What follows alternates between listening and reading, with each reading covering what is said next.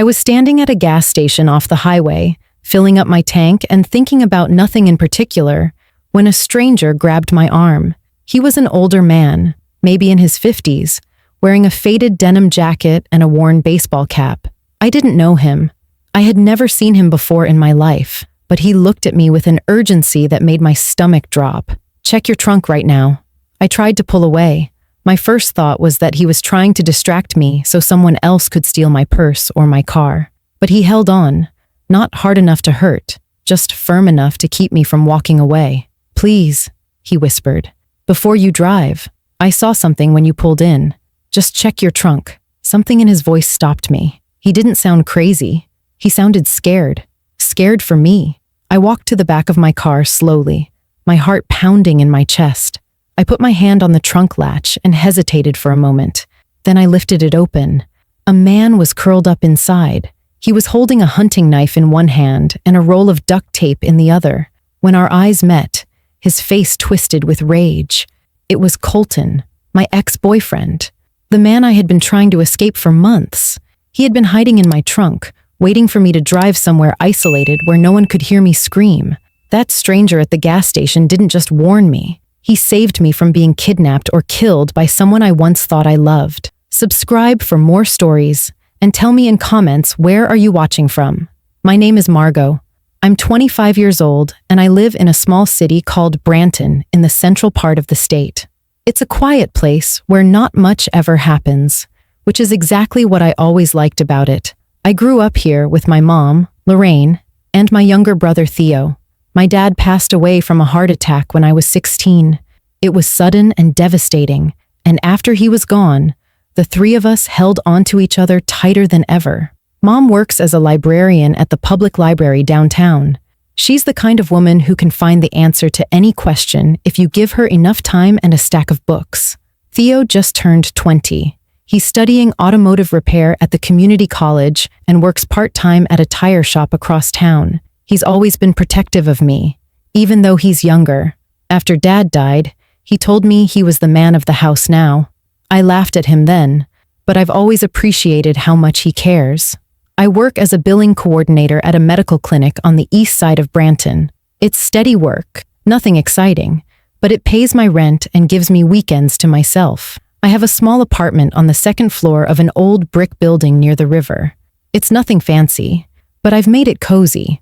I have plants on the windowsill, a secondhand couch covered in soft blankets, and pictures of my family on the wall above the television. About 8 months before that day at the gas station, I met a man named Colton at a barbecue hosted by one of my coworkers. He was 30 years old, tall with dark hair, and a smile that made me feel like I was the only person in the room. He worked as a sales representative for a construction supply company and seemed to know a little bit about everything. He was charming and confident, the kind of guy who made you feel special just by paying attention to you.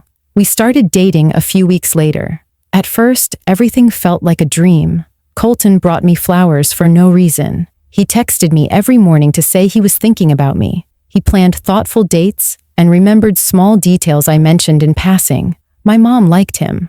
Theo thought he was a good guy. Everyone told me how lucky I was. For a while, I believed them. I thought I had finally found someone I could trust, someone I could build a future with. But slowly, so slowly, I almost didn't notice. Things started to change. Colton began asking questions about where I was going and who I was seeing. At first, it seemed sweet, like he just cared about me and wanted to be involved in my life. But the questions became more frequent, more demanding. He wanted to know why I hadn't texted him back immediately. He wanted to know who the man was that I had spoken to at work. He started checking my phone when he thought I wasn't paying attention. I told myself it was normal. I told myself he was just protective. I made excuses for him because I didn't want to believe that the man I loved was slowly becoming someone I feared. The questions turned into interrogations. Every time I came home from work or from seeing a friend, Colton wanted a full report. Where did I go? Who was there? Why did I take so long? If my answers didn't satisfy him, he would get quiet and cold, refusing to speak to me for hours. Then he would explode, accusing me of lying, of hiding things, of not caring about him the way he cared about me. And just when I thought I couldn't take anymore, he would apologize. He would cry and tell me he was sorry, that he loved me too much, that he was just scared of losing me. I wanted to believe him, so I did, but the apologies became less convincing over time. The cycle kept repeating, and each time it got a little worse.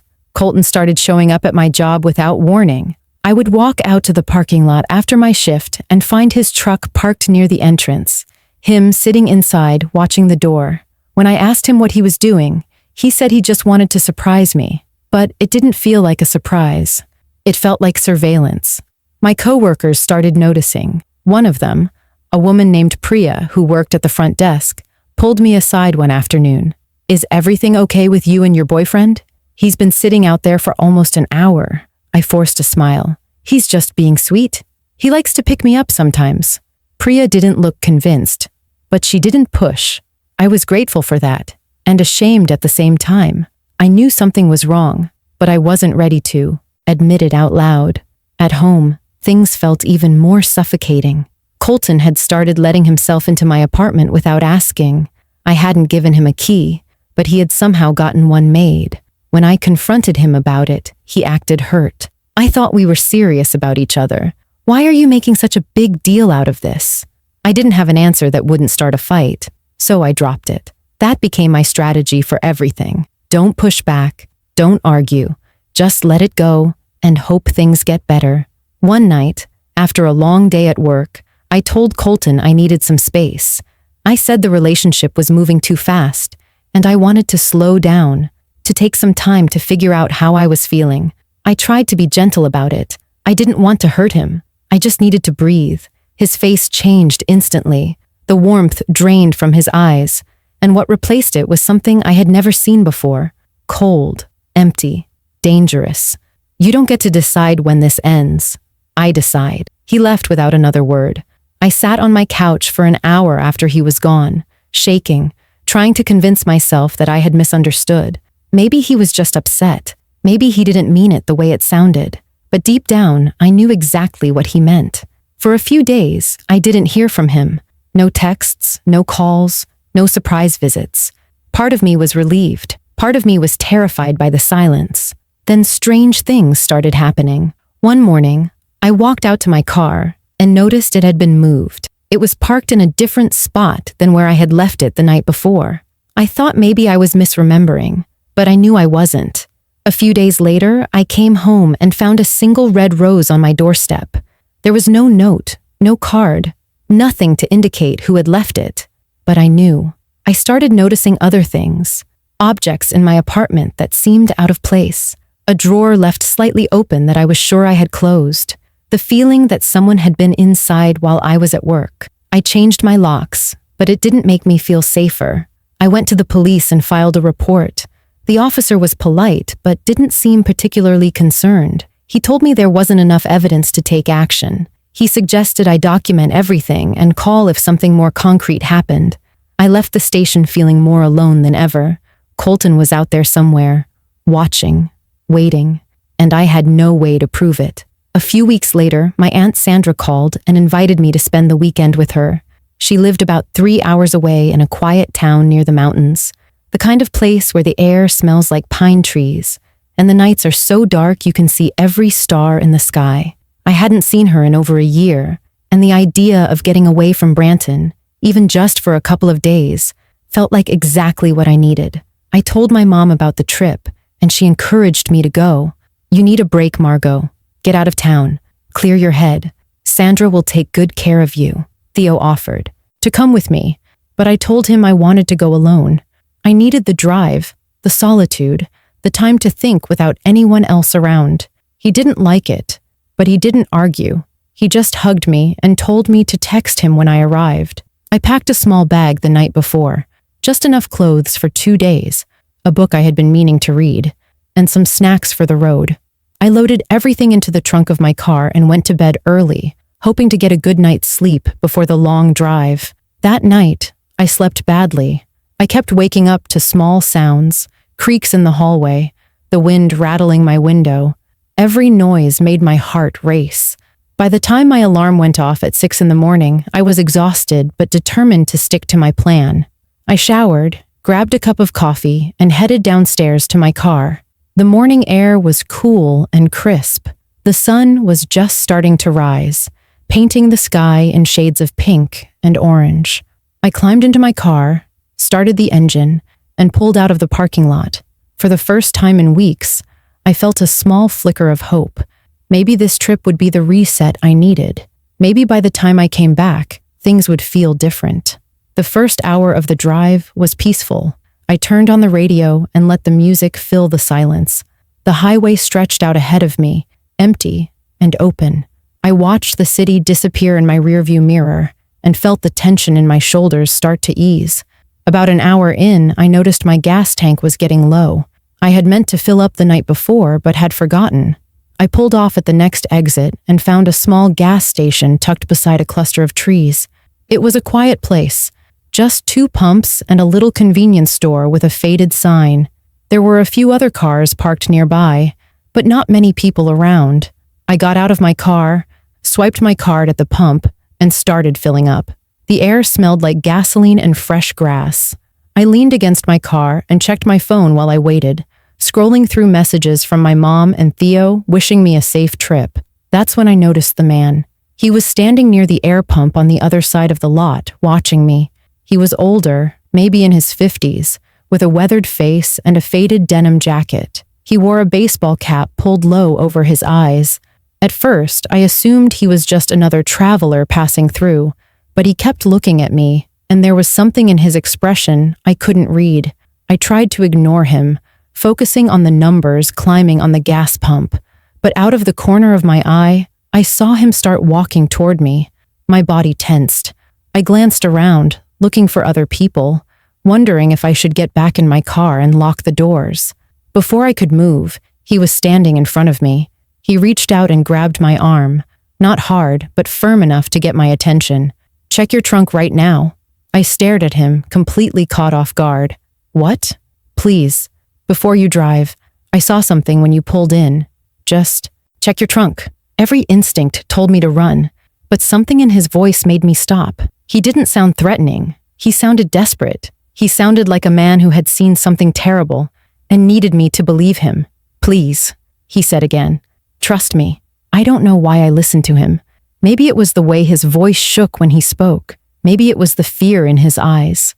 A fear that seemed meant for me and not himself. Or maybe it was all those weeks of feeling watched, feeling hunted, finally catching up with me. Something deep inside told me not to ignore this man. I pulled my arm away slowly and walked toward the back of my car. My legs felt heavy, like I was moving through water. The stranger followed a few steps behind, keeping his distance but staying close enough to watch. I could hear my own heartbeat pounding in my ears as I reached for the trunk latch. I hesitated for just a moment. Part of me wanted to turn around, get back in the car, and drive away as fast as I could. But I knew I wouldn't be able to shake the feeling that something was wrong. I needed to see for myself. I lifted the trunk. For a split second, my brain couldn't process what I was looking at. There was a man curled up inside the small space, pressed against my travel bag, his body folded in a way that must have been painful. He was holding a hunting knife in one hand and a roll of silver duct tape in the other. His eyes met mine, and in that instant, I saw surprise flash across his face. He hadn't expected me to open the trunk here. He had been waiting for somewhere more isolated. Then I recognized him. It was Colton. I screamed. The sound tore out of my throat before I could stop it. I stumbled backward, my feet catching on the uneven pavement, and fell hard onto the ground. Pain shot through my palms and knees, but I barely felt it. All I could see was Colton climbing out of the trunk, his face twisted with rage. He lunged toward me, the knife slashing through the air. I rolled to the side just in time, and the blade missed my arm by inches. I scrambled to my feet, screaming for help, not even sure if anyone could hear me. The stranger in the denim jacket moved faster than I expected. He threw himself at Colton, grabbing his wrist and trying to wrestle the knife away. They struggled for a few terrifying seconds, grunting and cursing, their bodies locked together in a violent dance. Another man came running from the convenience store, shouting into his phone as he moved. A woman near one of the other pumps screamed and pulled her children behind her car. Within moments, 2 more people rushed over to help. Together, they managed to force Colton to the ground, pinning his arms behind his back while he thrashed and shouted my name. I stood frozen, watching it all happen like I was outside my own body. My hands were shaking so badly I couldn't hold them still. My chest felt tight, like I couldn't get enough air no matter how hard I tried to breathe. The stranger walked over to me, breathing hard, a red mark forming on his cheek where Colton had hit him during the struggle. He put his hand on my shoulder gently. "You're okay. You're safe now. Help is coming." I wanted to thank him, but I couldn't speak. I just nodded, tears streaming down my face, my whole body trembling. The police arrived within minutes. 2 squad cars pulled into the gas station with their lights flashing. Officers jumped out and took control of the situation, handcuffing Colton and forcing him into the back of one of the cars. He glared at me through the window, his eyes full of hatred. I looked away. An officer took my statement, while a paramedic checked me for injuries. My palms were scraped and bleeding, and my knees were bruised, but nothing was broken. The physical wounds were minor. The emotional ones would take much longer to heal. The police searched Colton's pockets and found a small bag containing zip ties, a cloth gag, and a bottle of chloroform.